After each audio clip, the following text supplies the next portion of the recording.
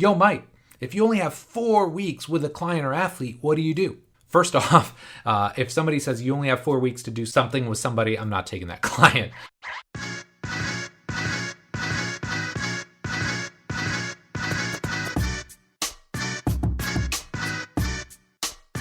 Hello and welcome to the Physical Preparation Podcast. I'm your host, Mike Robertson, and today we are going to talk about 10 programming tips that I wish I would have known when I was starting out. Now, the weird thing about this industry is that the longer you do it, the less you remember about what it was like to be a total newbie. But I had some pretty big L's early on in my career. The first day in the athletic weight room, basically getting laughed at because of my weakness in the squat. Just having no clue what it took to be a really successful strength coach. To, the first training program that I legitimately wrote for myself, having never thrown up in all of my sporting career, right? Basketball, conditioning, cross country, all that, never threw up. The first strength program I wrote for myself, I actually vomited. So needless to say, I've taken some L's along the way, but I think that's where I can help you, right? I am not afraid to share my losses, to share the mistakes that I've made over the years. So what I tried to do was just compile 10 things that I wish I would have known when I was starting out. And we run the gamut here, right? We're going to talk about how long your training program should be, ways to constrain your load or to make sure that your intensity is where you want it to be. We're going to talk about the foundational stuff. And we're going to range from X's and O's tactics that you can use to some of the bigger picture philosophical things that I want you to think about, putting yourself in your clients' or your athletes' shoes so that ultimately you have more empathy, you can relate with them better, and over the long haul, you can create these really strong bonds, forge these relationships that allow you to see long-term success with the clients and athletes you coach. So, I don't know if you can tell, I'm super excited about this show. I think there's a lot of value here. So we're going to take a quick break, and then we're going to jump into with the 10 programming tips I wish I would have known when I was starting out. Did you know that in any given year, 40% of the trainers and coaches in our industry will leave our industry? Maybe that's why it seems like almost every day I talk to trainers and coaches who are frustrated. Maybe they're frustrated with the results they're getting. Maybe they're frustrated because they don't have trusted resources to learn from. And maybe they're frustrated because they simply don't have enough clients and wonder how long they'll be able to stay in the industry. So if this sounds anything like you, let me tell you how I can help.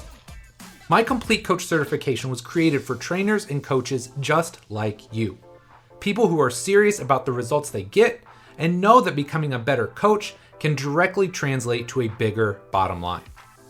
This certification is going to take the last 20 plus years of my life's work and put it all into one massive course. In the cert, you'll learn how to use my R7 system to create seamless, integrated, and efficient programs for clients and athletes of all shapes and sizes. You'll learn the exact progressions, regressions, and coaching cues I use in the gym to help your clients squat, hinge, press, and pull with awesome technique.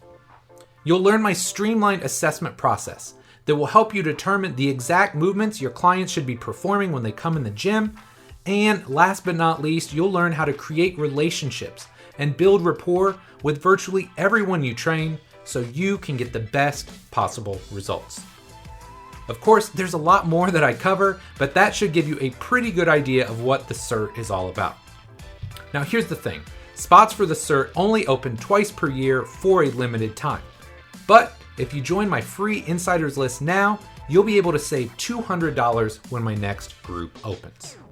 To get on the insiders list, just head over to CompleteCoachCertification.com. Again, that's CompleteCoachCertification.com, and then stay tuned for our launch emails very soon. Thank you so much for your support, and I hope you'll join us when the next Complete Coach certification launches. Okay, so the first thing I wish I would have known when I was starting to write programs was that it's okay to tease out training blocks. And I realize this is something I've talked about numerous times over the years, but I remember sharing it publicly. It was probably 5, 6, maybe 7 years ago now. I don't know. All the years kind of blend together at a physical prep summit. But I remember very clearly why this came to mind, because I've always had this wide range of people that I've coached. I've got my Gen Pop clients on one hand, and then I've got some of these savages that play in the NBA, the NFL, the MLS. And I remember being in the gym one day with a guy named Clayton Gathers. He was a safety for the Colts at that point in time. And Clayton had dealt with some lower back stuff. He dealt with some knee stuff. So we were working on an RDL. And I very clearly remember 2 or 3 reps in, he's like, man, this is kind of hurting my back. And 2 or 3 reps in, it was very clear why it was hurting his back, because he had this massive lordosis and he was getting all this compression on the backside. Now, keep in mind, this guy had RDL'd for who knows how many years, right? He had been in the pros for a couple years, and he'd probably been lifting since high school. So let's say he'd been doing the RDL in this way for 8, 9, maybe as long as 10 years. So I said, okay, well, let's switch things up. All I want you to do is use soft knees, think long spine, and try and push your hips straight back. I don't care how far you move, just really try and load your hamstrings without arching your back. So the second set is an immediate improvement, not perfect, but big improvement. And by the third set, I mean, these were basically flawless RDLs. I mean, it was mind-blowing to me to think that somebody can learn an activity that quickly. So you've got that on one end of the spectrum. But then on the other end, our Gen Pop clients, man, it may take them 4 weeks, but in a lot of times it might take 6, 8, maybe even as long as 10 or 12 weeks to really dial in and learn a movement. So this is a lesson that I keep coming back to. And I think part of it is when you write programs for people, whether it's online or offline, a lot of people are conditioned that they need to mix things up, right? And even on my end as a coach and as a program designer, I feel sometimes compelled to like tweak things and change things because that's what people are paying me to do. But we have to shift that. We have to get away from that mindset, because it's not about just changing things up for the sake of change. It's about changing things to elicit an adaptation. So this is something that I'm going to start doing a lot more, not only with my Gen Pop people that I see in the gym, but especially for my online clients where I can't see them as much. We can't have some of those more frequent interactions. I'm going to start teasing their cycles out probably to at least 6 weeks, because what I find is by week 3 or 4, they're really just now starting to lock down the movement. They need more time. They need to be able to feel the right things. They need time to be able to progress, because sometimes in that first week or 2, you're just trying to find the right weights, right? It takes a little bit of time to figure out, okay, what is my strength level really at? How do I perform this movement? So if you're changing things up by week 3 or 4, it's too fast. They haven't gotten to really dive in and feel that movement and milk that adaptation. So that's one thing I wish I would have known early on. It's okay to tease out your training blocks. Adaptation doesn't necessarily happen in 4 weeks. Sometimes you need 6 or even as long as 8 weeks to get a really effective change in adaptation for your clients. Okay, the second thing I wish I would have known when I was starting out was it's so powerful to find ways to constrain your loading. Now, I'm going to talk a lot about how I've grown up in a certain day and age of strength and conditioning, of physical preparation. But when I was coming up, everything revolved around 1RMs. And, you did your test week and you maxed out. And if your max was 400, you based your entire training cycle around that. Well, fast forward 10, 12, 15 years, and we started to realize, oh, wait, like a lot can go into that 1RM. And most importantly, 1RMs fluctuate hugely on a day-to-day basis. And I believe it was Mladen Jovanovic that talked about this years ago, but I think he said there's as much as an 18% difference either way in your 1RM on any given day. Now, that number seems huge to me. Maybe it's true, maybe it's not, but let's just say it's 20%, right? Just to make the numbers easy. So that means on test day, if you squatted 400, on any given day, your range could be as little as 320 on a lift and as high as 480. That's absolutely mind-blowing to me. Okay, so I want to find ways to constrain load and program in such a way that allows me to hit that targeted adaptation on a daily basis. And I think, especially when you go back to this idea of just loading in general, you get two ends of the spectrum. When I was at Ball State, when we were powerlifting, when I was around football players, a lot of times the end goal is always add more weight, right? Doesn't matter. Oh, I did 315 last week. I got to do 325 this week or 335 this week. Like, the goal is always to put on more weight. And I used to have this battle, not too bad, with G, but G coming from that football mindset of, oh man, I did this last week. I got to go up this week. So finding ways to constrain these guys that want to push each and every week, whether it's there or not, is important. And on the flip side of that, when I started working with the Indy 11, I clearly remember there were two guys.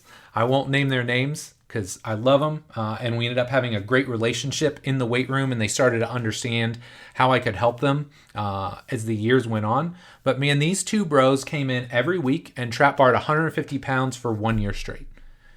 Didn't matter how much I ridiculed them.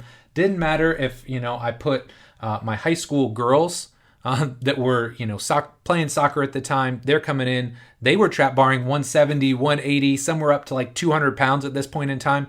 Didn't matter. I could not shame these guys into using more weight. So you have to find ways to constrain load.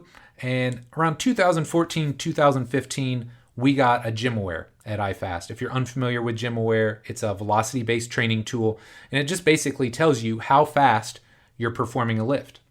I remember at the time, Tony Giuliano and Ty Terrell were at the gym, and they're like, oh, we got to get it. And to be frank, I was still kind of in that mindset of, oh, just, use your eyes or, push just a little bit every week. But these guys were adamant. And it didn't take me long to fall in love with VVT, because I started using it with one of the combine prep guys that I was training at the time. And I remember we did like a VBT test at the start of his training block because we were prepping him for that 225 bench test. And it was so cool because literally once we found like where he produced peak force and we trained in that zone for 3-4 weeks, I mean, literally we were putting like 30 pounds on this dude's bench press in a month just because we were training and targeting the specific adaptation that we wanted. So I loved that aspect of it. I love the ability to auto-regulate, because we all know if you've lifted long enough, there are certain days you're in the gym and like weights are flying, right? So if it says to go up to 80% and you're using that old tired 1RM percentage, man, that's going to be an easy training day. But if you feel awful and you're supposed to go in the gym and use 80%, you might get stapled. So I always want to find tools that allow me to make training outcomes more objective. And VBT is one way you can do that. So whether it's using VBT, whether it's using less fancy tools or tech. I remember Bill used to do, hey, I want you to do 3 reps of squats in 3 seconds or 5 reps in 5 seconds. And so you just work up to whatever load you can do in that time period, and that's how you would train for speed or strength development. And so there's a lot of ways you can do this, but find ways to constrain load and dictate intensity. It will make an absolutely huge difference in your programs. The third thing I wish I would have known when I first started writing programs was to build the foundation first. And it's funny because I came from a certain era of strength and conditioning where a few things had to happen, right? If you were a great coach, you owned a gym. Machines were absolutely worthless. If you weren't doing heavy compound lifts every time you were in the gym, you weren't training right. And I write notes when I'm creating these, and I put this smiley face next to the word Smith machine, because the Smith machine was the most vilified piece of equipment you could have in your gym. Like if you went into somebody's gym and they had a Smith machine, immediately you knew they weren't legit. But let's be honest, I wasn't 100% immune to that, but I always tried to beat to my own drum, right? I always tried to not get pushed around by some of the mantras and the mindsets of the certain day and age. So if you go back and you read the articles that I was writing at T Nation at that point in time, I was talking about mobility. I was talking about single leg and split stance activities. I was talking about the role of push-ups versus just strictly supine pressing all the time. But if I could do it all over again, I think I'd become even more broad in my approach because I was so laser focused on strength at all costs early on. And not that strength's a bad thing, because I don't think it is, right? There's limits to everything, right? And all the things that we do in and out of the gym are a bell curve. There's a sweet spot. There's not enough and there's too much. But I think I put too much emphasis on strength, and I think I would take a step back and try and be more well-rounded. So a few things that I've obviously come to realizations to over the past couple years. Number one, machines are fine. Using machines are not necessarily a bad thing, and especially in rehabilitative settings, I think they can be hugely impactful. A lot of the basketball guys that I've dealt with over the years have knee stuff, or the football players have knee stuff, even soccer. So getting some isolated quadricep, hamstring, lower leg, calf, soleus, Achilles work in has made a huge difference on how these guys feel. It's helped build up those specific muscles to certain strength standards so that when we put those back into actual movements, now they move and feel better. So I'd say machines are fine and they can play a role. A second thing that I think is hugely important is aerobic development. And I've talked about it for many, many years now, the role and the impact that Joel Jamieson has had on my career. But man, I just didn't pay any attention to aerobic development early on.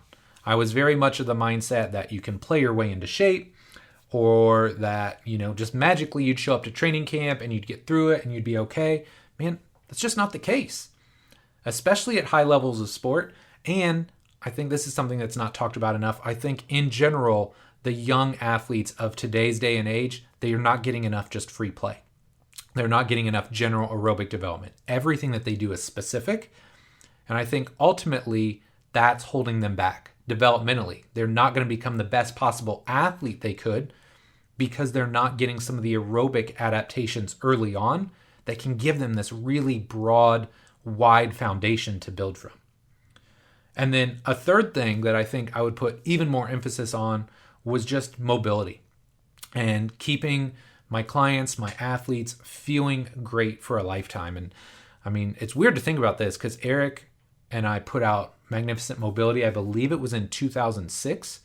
But man, if I could go back to even earlier, right? Like 2000, 2001, make sure that all of my clients, all of my athletes are very mobile, right? They can move well. They feel good. They've got this broad general aerobic base. Man, I think if you can start your clients and athletes really wide and really broad early on, it gives you the foundation to really create a high peak to your pyramid. So that's the third thing I wish I would have known early on, is that it's so important to build your foundation first. Okay, something that I have preached on over the years, but it took me a while to figure out. Number 4, make your clients and athletes feel successful. And again, I know I've talked about this a lot over the years, but I think this is one of those points that just has to be driven home time and time and time again, because a lot of cases, the longer we do this, the longer it's been since we've been a newbie or since we've been a student of anything. So you start to forget what it's like to struggle, what it's like to fail. And, this was really kind of thrown in my face this past weekend. So my daughter, Kendall, has been working so hard on her soccer lately. And it's so cool because you're literally seeing these improvements in her game each and every week. But one thing she struggles with is juggling. And you put her on a soccer pitch and you let her dribble or pass or shoot, and she looks really good. But unfortunately, when they're evaling these girls and trying to figure out, okay, what team should this girl play on, one of the things they look at first is juggling. And if you can't juggle very well, they immediately assume you don't have good ball skills or you're not a competent soccer player. So we told Kendall, hey, look, if you want to continue to level up, if you want to play at higher levels, then this is something you got to work on. So we said, hey, let's just try like 5 minutes a day. I know you don't love it, but let's go 5 minutes a day. And the first day out, I mean, it was pretty rough, right? She's dropping the ball from like above her head. She's trying to kick the ball when it's at her waist versus letting it come down low to the ground. I mean, it was a disaster. And then she was getting mad at Jesse and I because we're trying to help her and critique her. So I just said, hey, let's just go watch a YouTube video. right? I'm not like a skilled soccer juggler. Let's watch what some of the pros do. We watched a couple videos, and lo and behold, what's one of the first things they tell you to do? Find ways to be successful early on. Don't get frustrated. So they show you some techniques, right? Like, hey, drop the ball, kick it, catch it. Don't try and juggle day one. Drop it, catch it, drop it, catch it. Get comfortable, right? So now let's take this same concept of soccer juggling and bring it into the gym. Imagine you have a client who comes in the gym and they're struggling with everything, right? And I've had these people, right? Just imagine that person. They can't squat, they can't hinge, they can't split squat, they can't push up, everything hurts, right? Imagine being in that person's body, in their brain. Do they want to come back to the gym? No. Nobody wants to feel unsuccessful when they're in the gym.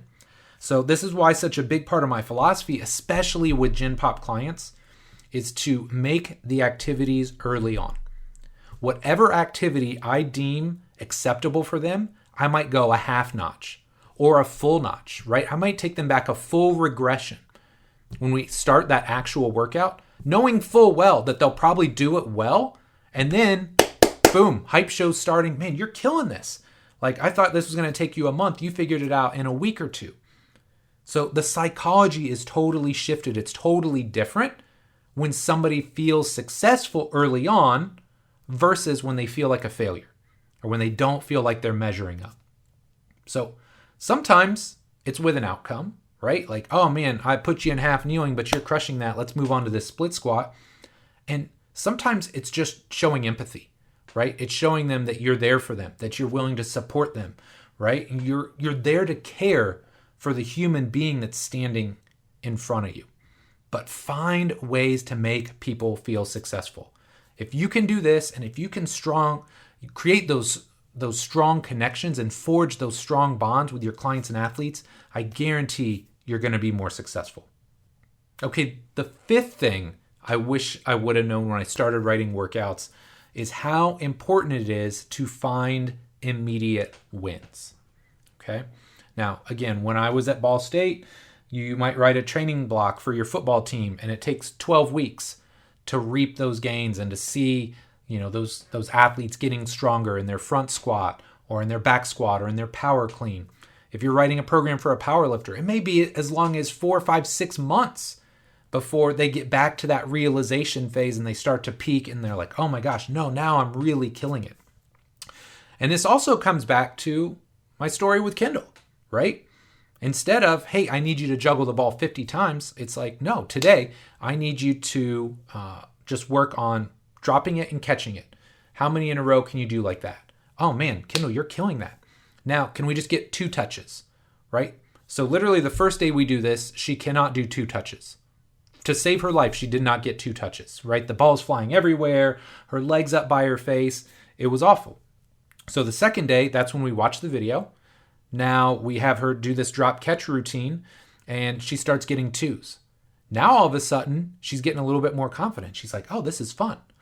Now she's getting 3s. She got a couple 4 touches, right? Now, if you follow people that juggle, that's not super impressive. But literally in a 1-day time span, she went from not being able to juggle it twice to being able to juggle it 4 times. Okay? So you got to find immediate wins. Bill Hartman is amazing with this. And I remember him telling me this, and he's espoused this for years. But one of the reasons he has such great success in the purple room isn't just because of the color. It's because he's got this ability to demonstrate immediate change. When somebody comes in and they've got 0 degrees of shoulder IR, and with 2 or 3 activities, he buys them 45, 70, maybe even 90 degrees of shoulder IR, you best believe that person is walking out a believer. They think, this is the guy to help me get out of pain once and for all. So some things to think about. If you're working with somebody that wants to get stronger, can you find some way early on to maybe improve their setup or dial in their technique that makes them perform better?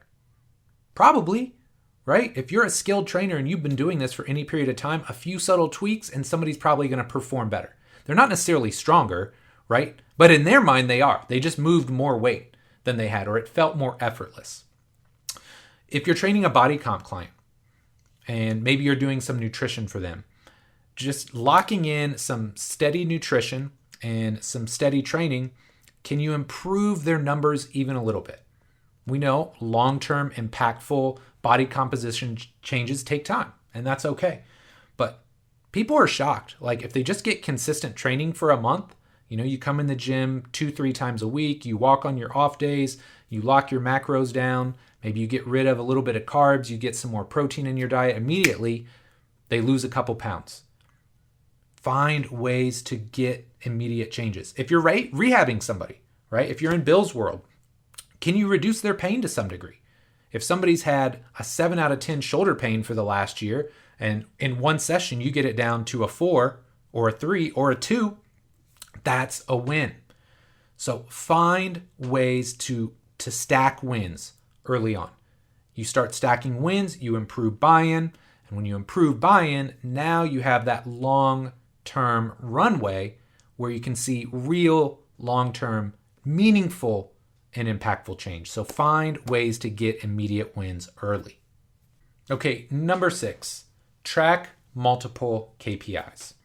So I talk a lot about playing the long game, but playing the long game is fine as long as you know what you should be tracking and measuring to make sure you're creating meaningful and impactful change.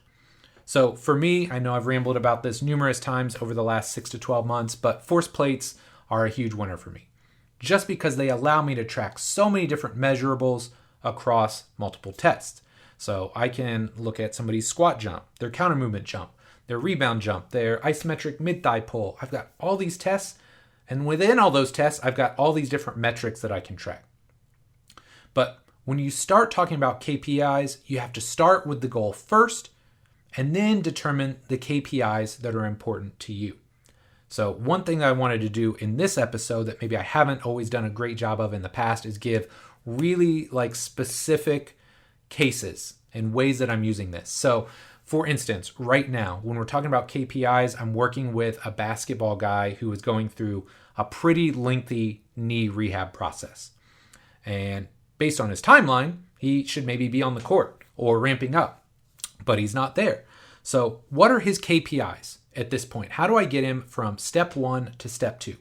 Well, for this guy, based on the assessment that we did, based on the things that I've seen with him moving in the gym, he's got to restore his range of motion first, right? He has to get ankles, knees, and hips bending in such a way so that he can distribute load. It's not all going through his knee. He's got to go back and do just a basic anatomical adaptation phase. We got to build connective tissue strength. Get the quads, the hams, the soleus strong. He's got to consistently find his heels.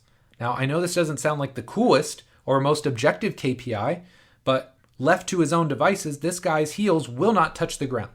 So I have to reinforce this in every activity that we do. And of course, the end goal of all this is to decrease pain. Nobody wants to go on a basketball court or a soccer pitch and have knee pain, right? You're constantly thinking about, oh my gosh, what can I do? What can I not do? Is this going to elicit more pain? Nobody wants to deal with that. So we've got to decrease knee pain. Once we've done those basically 4 things, then we can move him on to level 2. So I've got my basketball guy. I've got this football player that I've been working with, collegiate level guy. Looks like Maurice Jones-Drew. He's a little bowling ball of a human being. But he came to me because he said, look, I don't change levels particularly well. I've got poor change of direction. And when you watch him move, and based on Bill's evaluation, there's a reason for that, right? So our KPIs for this gentleman are his table test with Bill. We want to see his relative motions improving. His counter movement and his rebound counter movement jumps for me are very important. He's actually a very elastic creature. So I actually want to teach him to yield a little bit more effectively. He might be too stiff. So what happens is he goes into that cut. He can't change levels. He can't yield even a little bit. Well, no, he's not going to be able to slow down. So this is a guy that's going to look great in a straight line, maybe in between the tackles, but he's going to lack some shiftiness and some elusiveness. So maybe not trying to make him world class at change of direction, but giving him enough so he's a more well-rounded runner. And then, of course, when you're talking about body comp clients, because we all have body comp clients, right?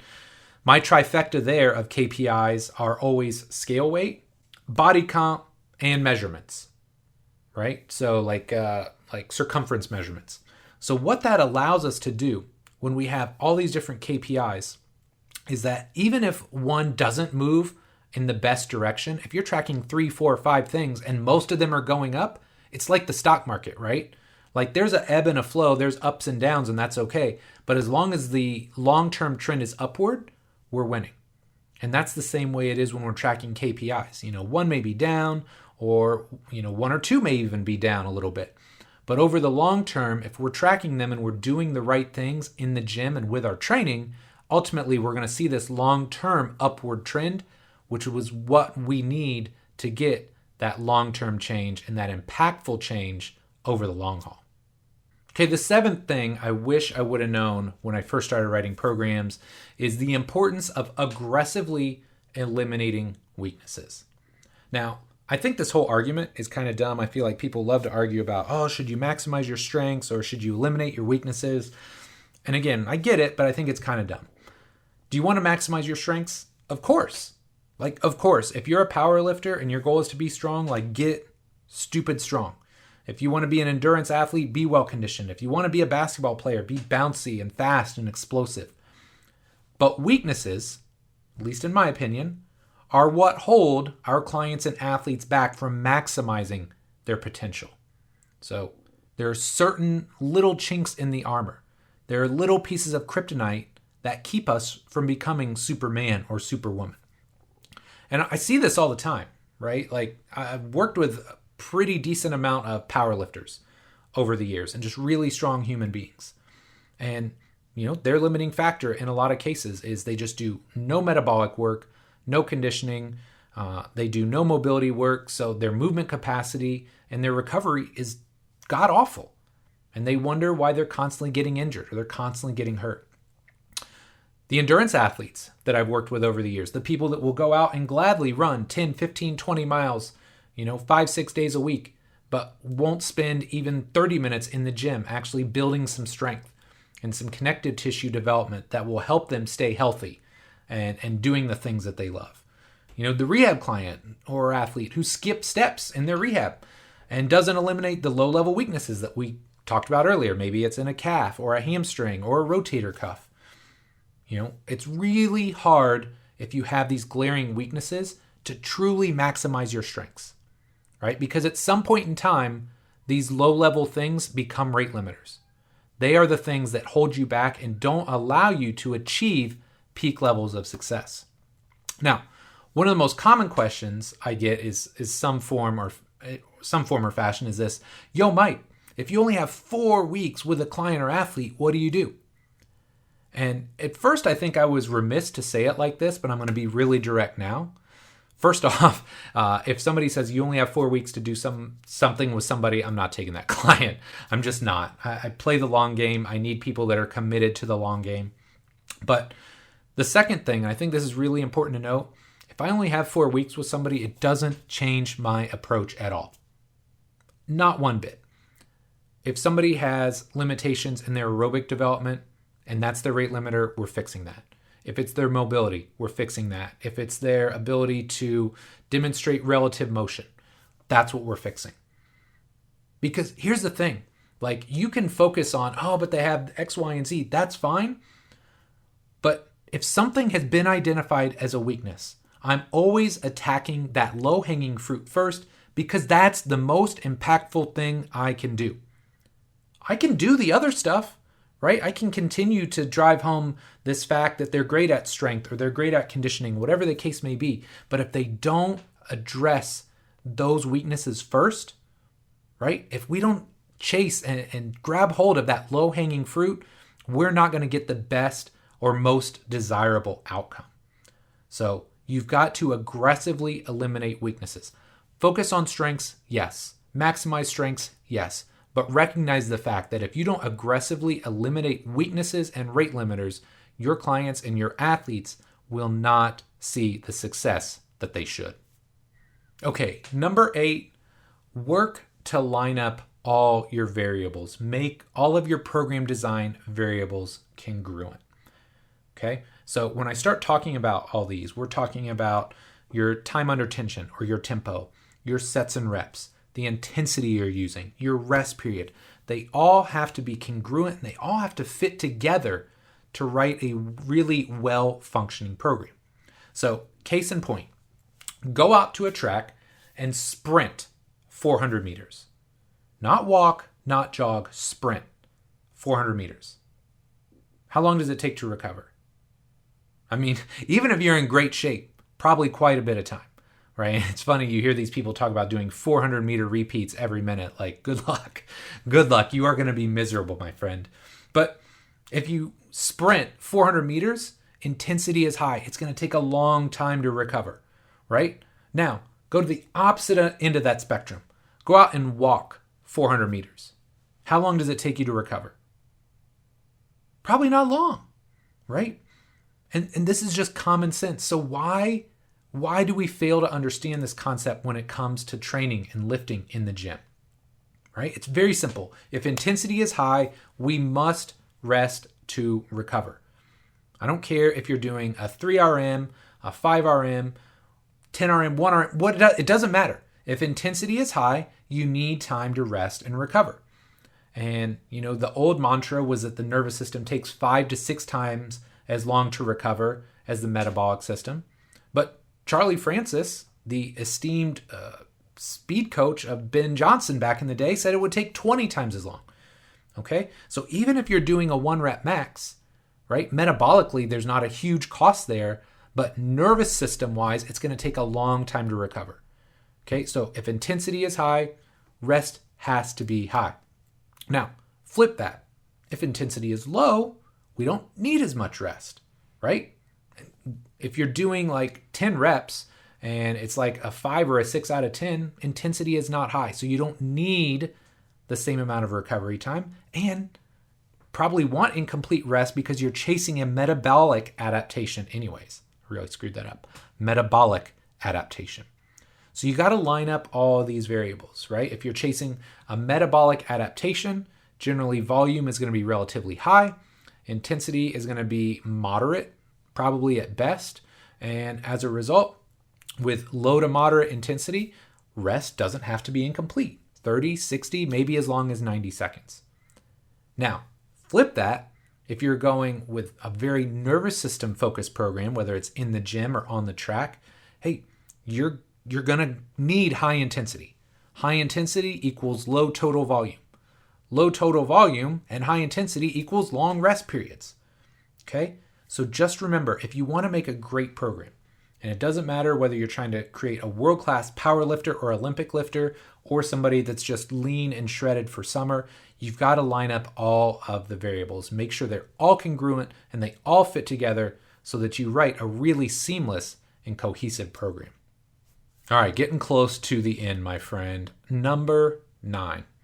Kind of bouncing off or kind of springboarding off that last point, use tempo judiciously.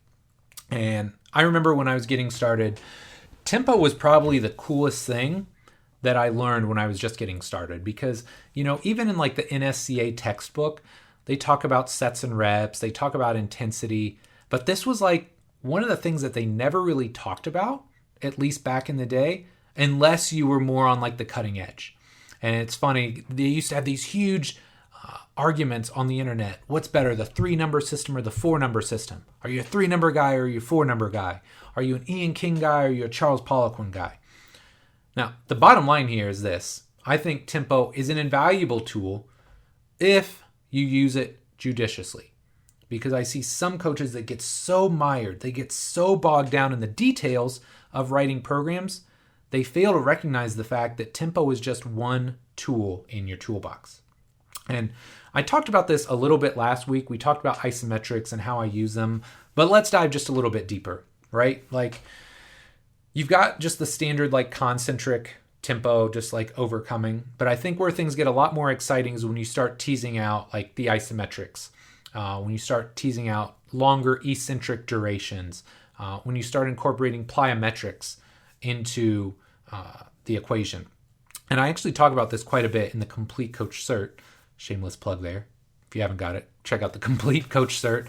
But tempo is really just manipulating the stretch shortening cycle to bias either more muscular or more connective tissue loading. So when I really slow things down, I take away that connective tissue response. If I really speed things up and I make things bouncy and quick, now I'm much more focused on the connective tissues. So a couple examples here, again, because I wanted to talk, I'll give you guys a lot more specific examples versus just waxing philosophical. But coming back to my knee rehab guy, we talked about how he had some restrictions in range of motion. And a lot of times restrictions in range of motion are either due to poor joint position or concentric muscle activity. Muscle just won't shut off. Therefore, like let's say your quad just won't shut off. Well, you're not going to have knee flexion if your quad is concentrically active all the time. So with this guy, to help kind of shut off some of that concentric muscle activity, we're doing a lot of slow tempos. We're doing a lot of long duration isos to try and get that stress relaxation, to get some of that eccentric reorientation of the muscle. Yielding isos are another one that I absolutely love, right? Again, talking about reducing concentric muscle activity.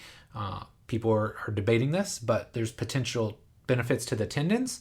Maybe not for some of the reasons that we think, but certain people absolutely benefit very, very much from incorporating yielding isos into their training programs. Overcoming isos, right? Using those really quick, fast, explosive isometric activities to increase RFD, to improve speed, power, and explosiveness. But I think what it really comes down to is, look, there's a time and a place to use tempo, right? Make sure you know why. And in some cases, it just doesn't matter, right? Like if you want to tease out a certain adaptation or you want to target a specific tissue, by all means, use tempo. But some people just need to get in the gym and lift. They need to get in the gym and get stronger. So that's where your 2-0-1 tempo, right? Like that's my standard. That's my go-to. It's like 2 seconds down, no pause, 1 second up, right? Just a nice, smooth, controlled rep. 2-0-1 or DYN for dynamic. Those are two of my staple tempos because sometimes I don't want people thinking about performing things at a certain cadence. I'm more focused on them performing the activity correctly. Like that's the most important thing. So I think you always have to come back and you ask yourself these two questions. What do you want, right? What do you want to get out of this activity? Do you want to target muscles? Do you want to target connective tissues? And then once you kind of have an answer, now ask yourself why. Like what is the end goal here? What adaptation am I chasing with this client or with this athlete? But I think if you use tempo judiciously, man, it can be a powerful tool to have in your arsenal. Last but not least, number 10, and this is kind of like a global philosophical viewpoint of mine, but when you're writing programs, when you're coaching your clients and athletes, don't forget to have fun, right? Like I really, really like my job most days of the week, like dream job, other than if I was 20 something and single and working for like a professional sports team. I have literally created the job and the scenario that works best for both me and my family. Even with a full schedule, most days, it doesn't feel like work. I could go and record podcasts, shoot videos, train clients and athletes, even go coach my kids in soccer or basketball or baseball, whatever sport they're playing. It doesn't feel like work. I'm tired at the end of the day, but it doesn't feel like work. I don't dread any moment of it. But if it ever does, right, and these days are so few and far between, when I start to get like this, it's because I'm forgetting to enjoy the work. I'm forgetting to enjoy the process. And practical example here, the other day, I'm in the gym and I'm mopping, right? Because I think every gym owner should respect the dojo. And even if you have paid people that will do the work for you, every now and then it's nice to humble yourself, get in there, take out the trash, clean the toilets, sweep the floor, mop the floor, make the gym just look amazing. And, at first I was kind of angry because I'm like, oh man, why am I wasting my Saturday doing this? And then I'm like, no, like I have an amazing gym. I have an amazing client base. When these coaches get in here on Monday morning, they're going to be like, yo, this place looks amazing. So I turned up the music. I don't know why. I got a good stretch of music there. I had some Prince. I had some Lenny Kravitz. I'm trying to think what else. Just some banging music in there. Next thing I know, I'd mop the entire gym in like 30 minutes. It looked amazing and I felt great, right? So mopping the gym, find a way to make it fun. Energy is low in the gym that day. Music is such a huge thing, right? And again, this maybe isn't a program design thing, but man, find ways to drive up the energy. If Dakota's in the gym and I feel like his energy's low, man, I'm putting on the Rocky soundtrack because that always gets him fired up. Ed is like roller skate or skating rink music. Like we'll jive to like old like 70s and 80s like R&B and pop and funk type music. But I think most importantly, here's one of the biggest takeaways, and this is a big philosophical thing that I want you to think about and I really want you to try and do over the years. When you're first starting out, you have to work with anybody that's willing to pay you, right? Like that's just the rules of engagement. You have to pay yourself. You have to pay your rent, mortgage, your business expenses. Like you have to take whoever is willing to pay you. But I think one of the biggest reasons that my work is fun is because over the years I have slowly culled and gotten rid of anybody that wasn't fun to work with. I mean, it's just very simple. Like I work with amazing people. So whether it's a Gen Pop client that just wants to get stronger, whether it's my athletes, high school, college, pro, doesn't matter. I legitimately love training the people that I work with. So again, maybe not so much a true program design tip, but it's one I wanted to put in here because training, coaching should be fun. You should enjoy it more days than not. And if you don't, you need to ask yourself why that's the case.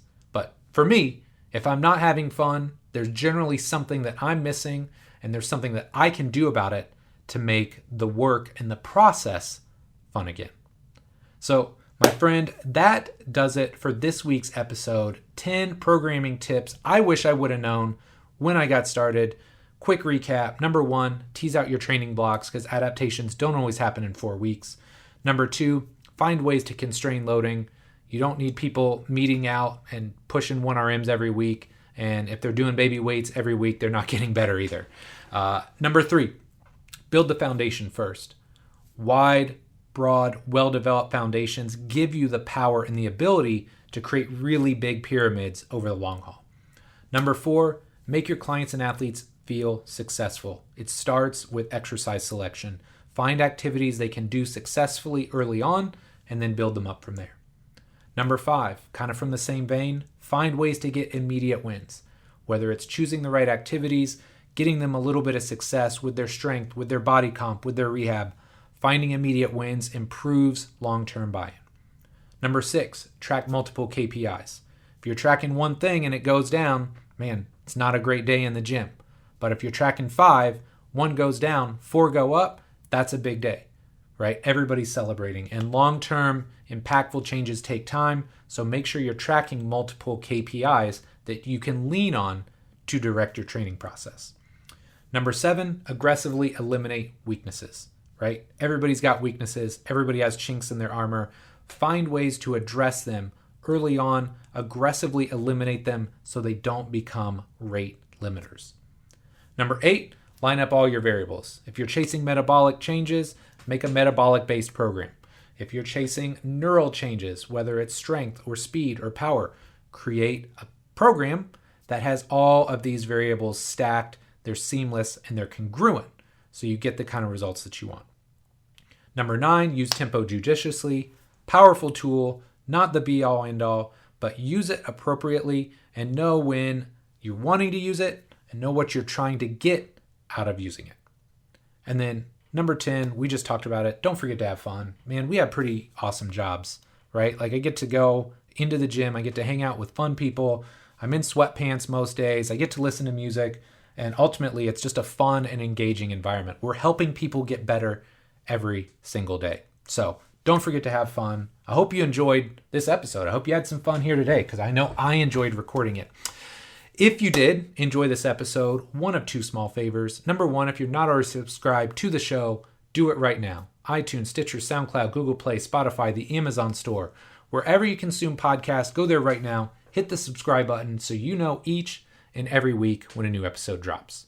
If you are subscribed, go one step further. Please go to iTunes, give me a rating and a review.